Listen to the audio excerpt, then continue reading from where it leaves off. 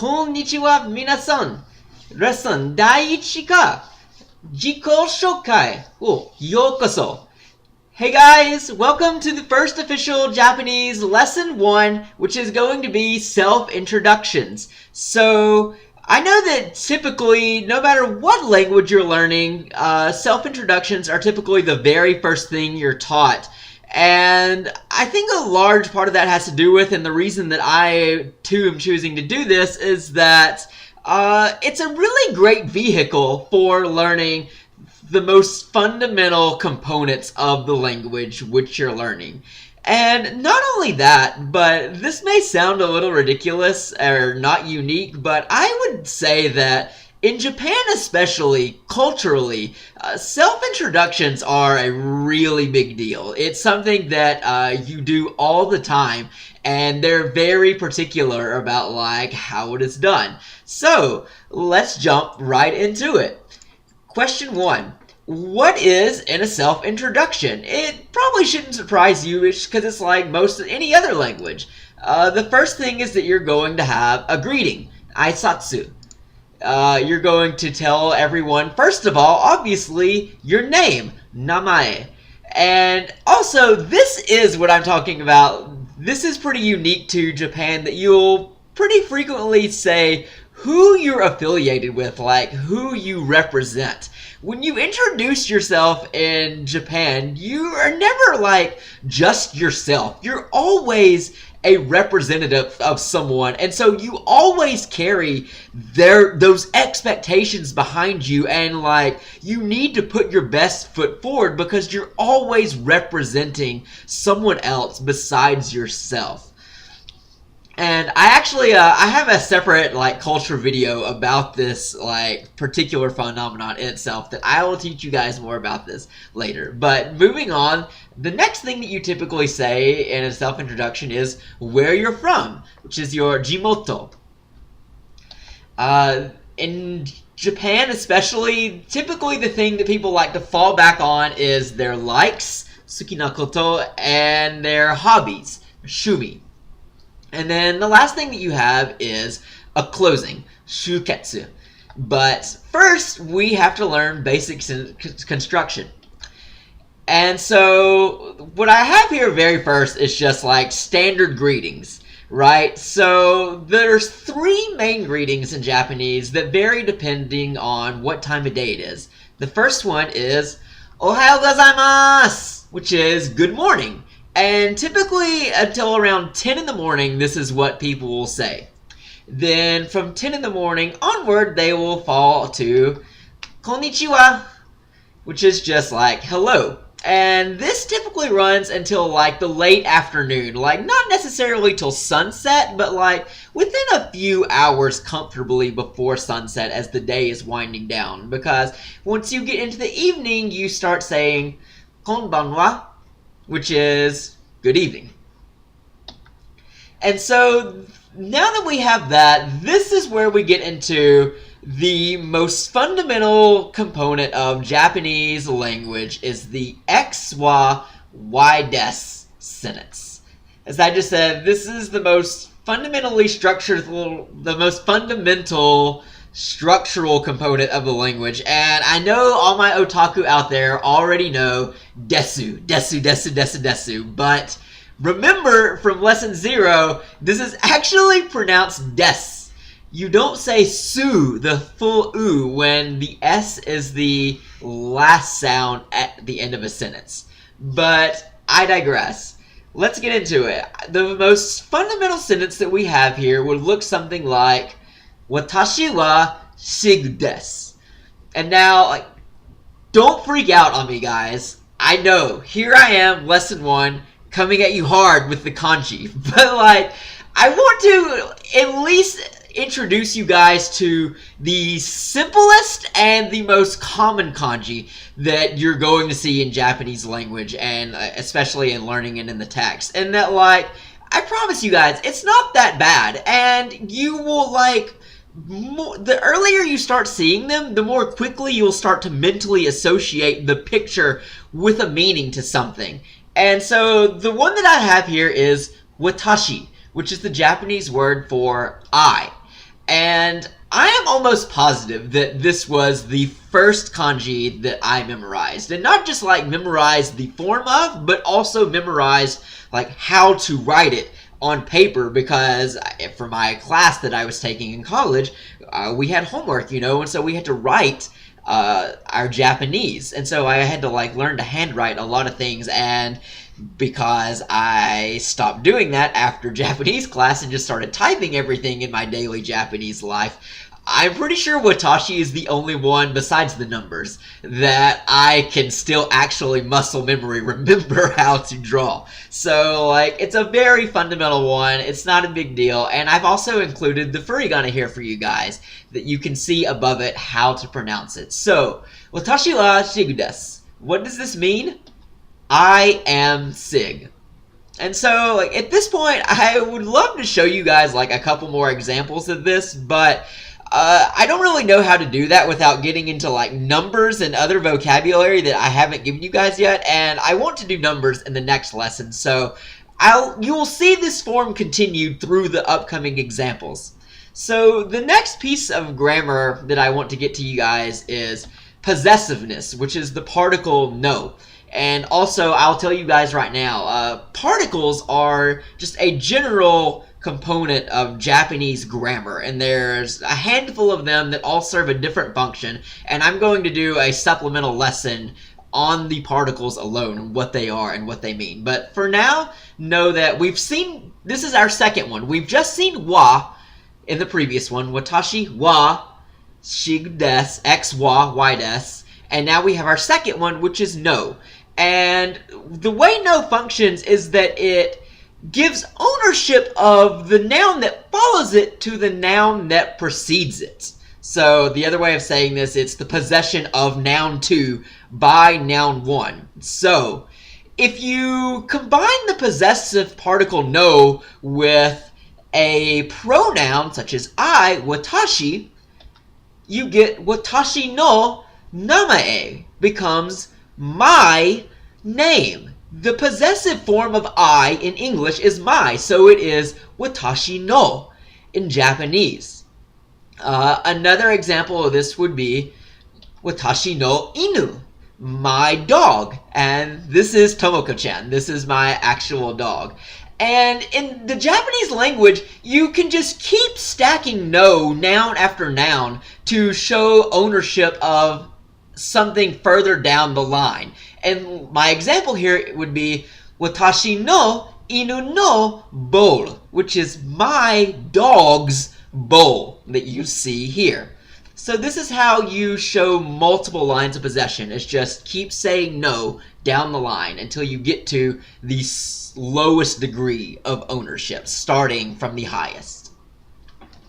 The next thing I'm going to talk to you guys is about how do you ask a question in Japanese. And it's very simple in that literally all you do is add the sound ka to the end of the sentence. There's no question mark or anything like indicating this. It's just like that single syllable at the end of a sentence lets you know I'm being asked a question right now and they're expecting an answer. But the other component about this is obviously you have to have some question word, what we would call the 5 W's or how in English. And the most fundamental one in Japanese, again, I know my otaku out there already know this, is nani? Nani nani nani? Which is the Japanese word for what. But this is where Japanese actually starts to get really interesting in that words will be, in kanji, like in this context, kanji will be read slightly different ways depending on what it's linked to in a sentence. So, to give you guys an example, I have here, anata no namae wa nan desu ka? It's not nani desu ka, it's nan desu ka. And so this sentence is, what is your name? Anata is the Japanese word for you. Therefore, anata no is your. Anata no namae, your name. And then wa indicates this is the subject. So, subject wa Nan desu ka? What is your name? So it basically, like, the sentence kind of flows reverse to beginning from how we would say it in English. And so on that note, something that I'll talk to you guys right now about is pronouns of themselves. And Japanese is kind of funny, but also subtly brilliant in that actually pronouns are almost never used in Japanese. And for English speakers especially, this is a really crazy concept to come across and have to adapt to. And especially in situations where the subject is already established, they won't just keep saying the pronoun over and over because, in their opinion, and they're a little right, it's superfluous. It's not necessary. Like, we in the conversation know who we're talking about. There's no need to keep saying him, her, whatever, like that. And then, if they're going to use something for clarity, like if just saying, who is he over there? Or did you get the message from him?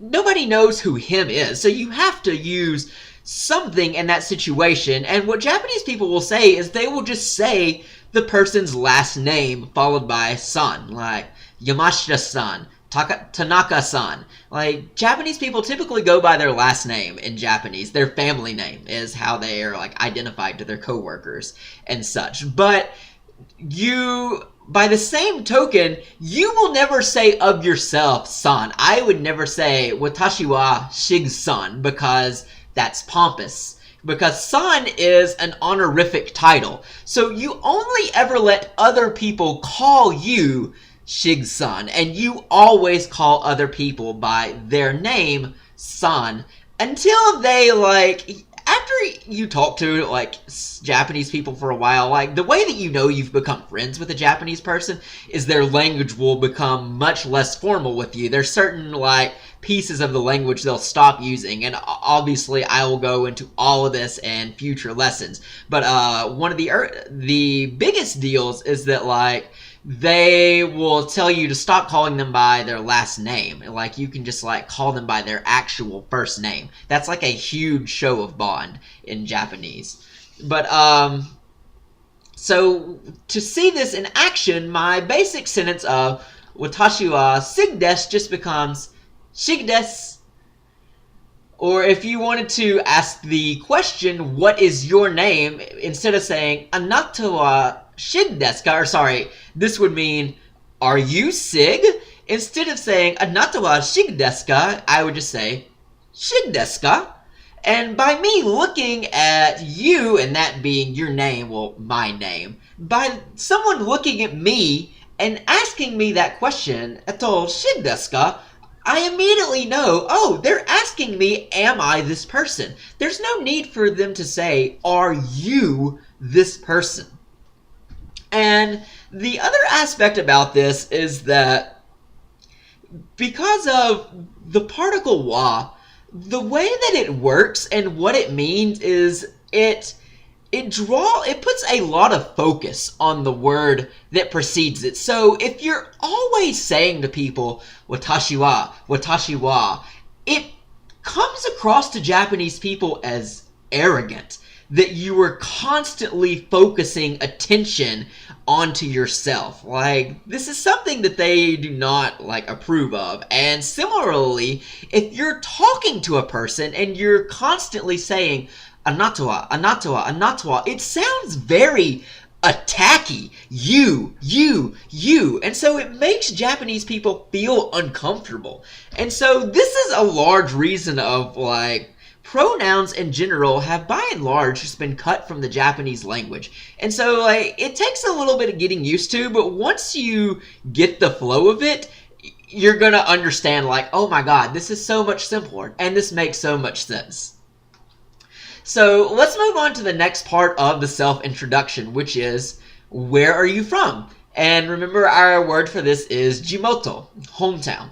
And also, by the way, guys, I've told you about, so this kanji looks certainly more complicated than the previous one, but actually, you'll see in the upload, the about of this video, I'm going to give you guys a link to a Google document with just a spreadsheet that is, I'm going to put every kanji that I use in this presentation and how many strokes it takes to write it and how you read it and what it means, and make that available for you guys. So again, don't freak out.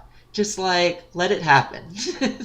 So, Japan being a small island nation in particular, divided into numerous generally understood regions, actually in Japan, where you are from is pretty informative about you. Like, Japanese people know the regions of their country and, like, have kind of a general mental picture and idea of what each region represents. So if you introduce yourself as being from Tokyo, they're like, oh, this person is probably a particular way because he's spent his life in Tokyo, versus this person is from, like, Sapporo, from the north, or Hokkaido, or somewhere in Kansai, the countryside. Like, there are different things about your upbringing in these regions that say a lot about you as a person. And so when you introduce yourself in Japanese, you'll frequently say where you're from, and Japanese people are like, oh, that means something to me.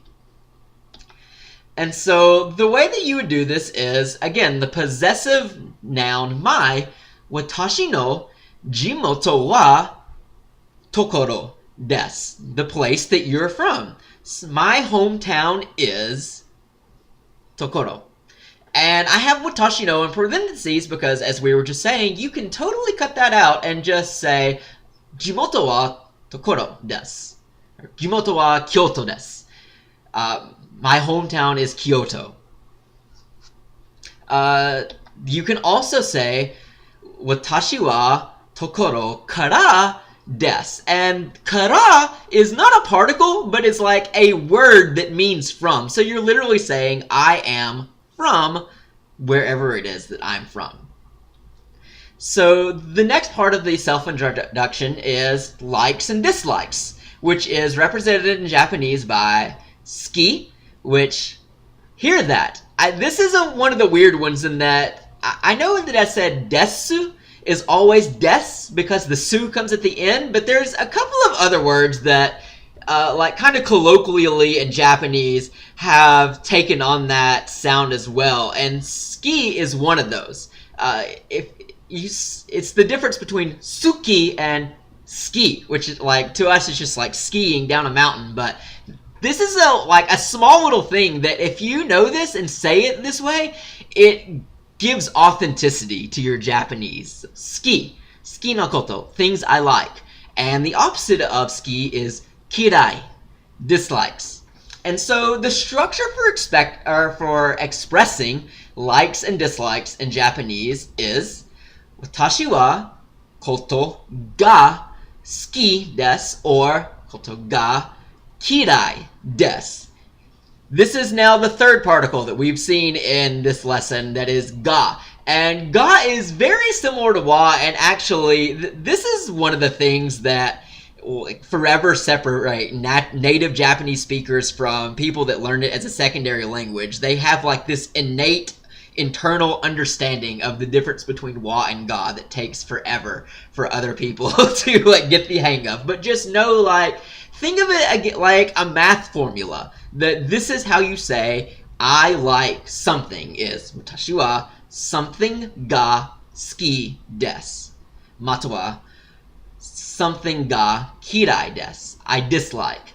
And you can also add emphasis to these statements in a really simple way by adding the kanji for big, which is read as watashi wa koto ga daisuki desu. Alternatively, watashi wa koto ga daikirai desu. So it's like, I love something, or I hate something.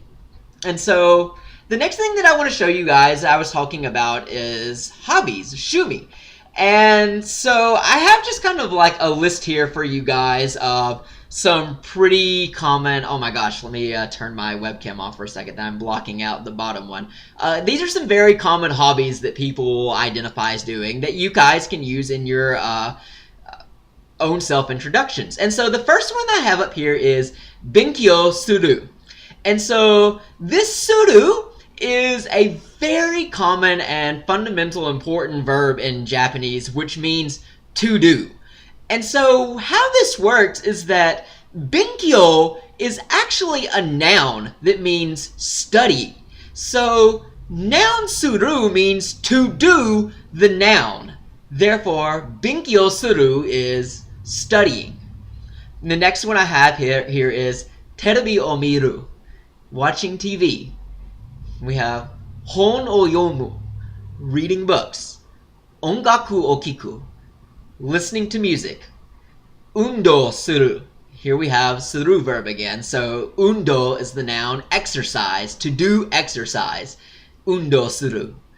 The next one I have is kaimono suru, which is shopping, but like, I want to give you guys like a bit of context here that actually like kaimono suru literally means buying things. It's not so much like the activity of like going out for a day of shopping. That Japanese people just call shopping.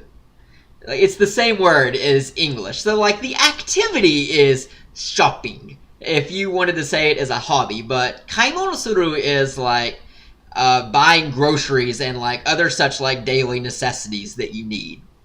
And then the last one I have here for you guys is, this is something you're like, no, you'll never find this in a Japanese textbook. I just wanted to give you guys a little bit of slang that if you throw this out on some people will make you seem really cool. And that is mattari suru, which means chilling out. And I will tell you guys that from my time living in Japan, I found that actually like, obviously, this word is skewed much more to the younger people than it is to the older people. Like if you say mattari to some older people, they might look at you kind of funny and you'll like try to explain it and they're like, oh, goro, which is just kind of like lazing about, not really doing anything in particular, like just kind of bumbling through something. So like that's how they would think about it.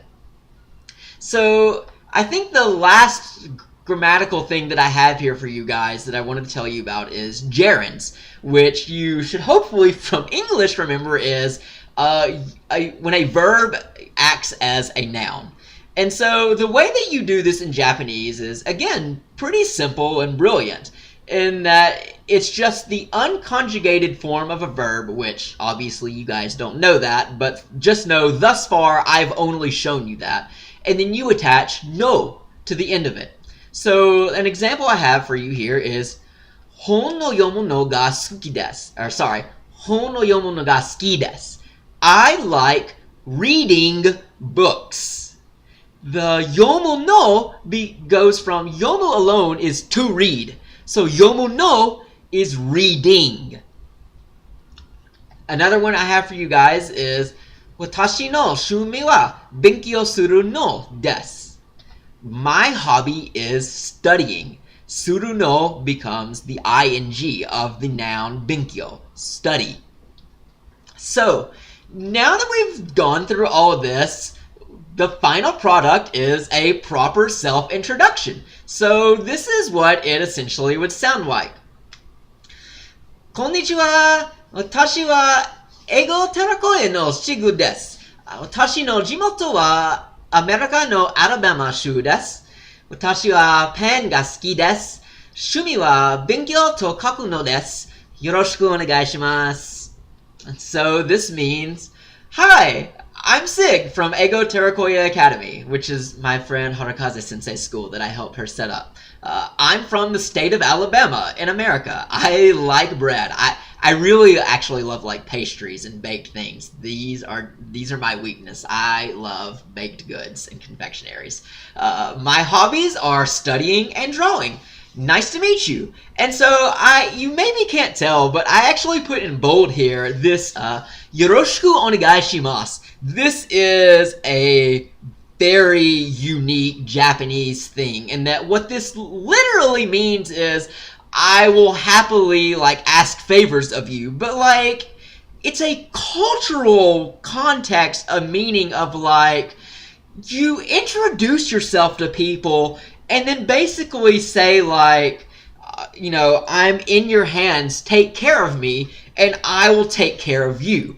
It's very much this concept of community, and we are all dependent on each other to equally have success and achievement.